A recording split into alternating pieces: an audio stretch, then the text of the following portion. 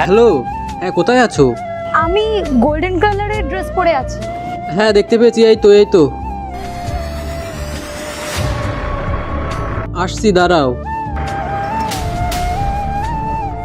Sheet ইয়ার, এ তো ল্যাংড়া।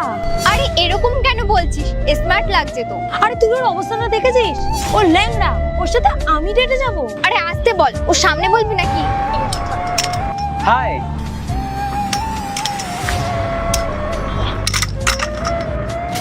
High. Hi Koel. By the way, একটা কথা বলবো? প্রোফাইলের থেকে না সামনাসামনি তোমাকে বেশি সুন্দর দেখতে। Thank you.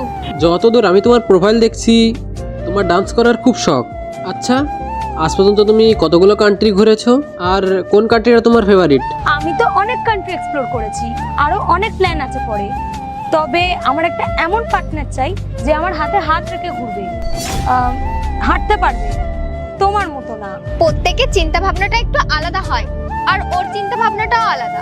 ডান্সটা আমারও ফেভারিট ছিল, আমিও ডান্স ক্লাসে ভর্তি হয়েছিলাম। তারপরে ওই ক্রিকেটে ইন্টারেস্ট জাগলো, তাই আমি ওই ক্রিকেটেই ভর্তি হয়ে গেছিলাম।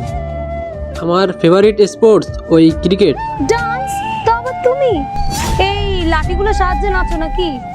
আর ক্রিকেট কি, বলটা কি দিয়ে মারো? ব্যাট তো পারবে না, এই লাঠিগুলো দিয়ে বল মারো নাকি? আরে চুপ কর না। আরে কোয়েল, এরকম লোক না সব জায়গায় সিম্পাথি নিতে চলে আসে। ওর যদি এই প্রবলেম আছে তাহলে ওর প্রোফাইলে লিখতে পারতো, আমায় বলতে পারতো, আমি ওকে ডেটই করতাম না তাহলে। না না, তুমি আমাকে মিথ্যাবাদী বলতে পারো না। আমি তোমাকে কোনো মিথ্যা কথাই বলিনি। আমি তোমাকে ফোনে বলেছিলাম আমার একটা প্রবলেম আছে। তুমি তো আমাকে বলেছিলে তোমার প্রবলেম আছে, তুমি তো একবার ওই কথাটা বলনি যে তুমি ল্যাংড়া। তুমি তো খোড়া, তোমার মতো ছেলেদের এইসব ডেটিং অ্যাপে থাকাই উচিত না।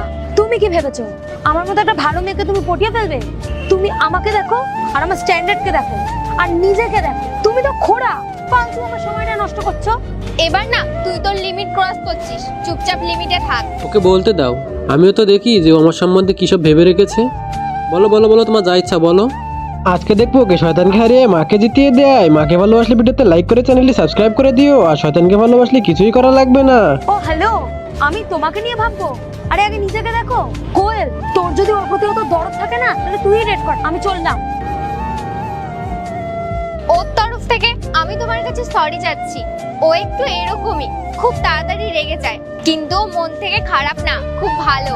না না, তুমি সরি বলো না, ও একটু বেশি রাগী, তাই রাগ করে চলে গেছে। আচ্ছা এসব ছাড়ো, আমার তোমার সাথে দেখা হয়ে খুব ভালো লাগলো। তোমার মনে মায়া দয়া আছে। না আমি নেক্সট পার্ট দেখতে চাইলে পার্ট 2 লিখে কমেন্ট করো।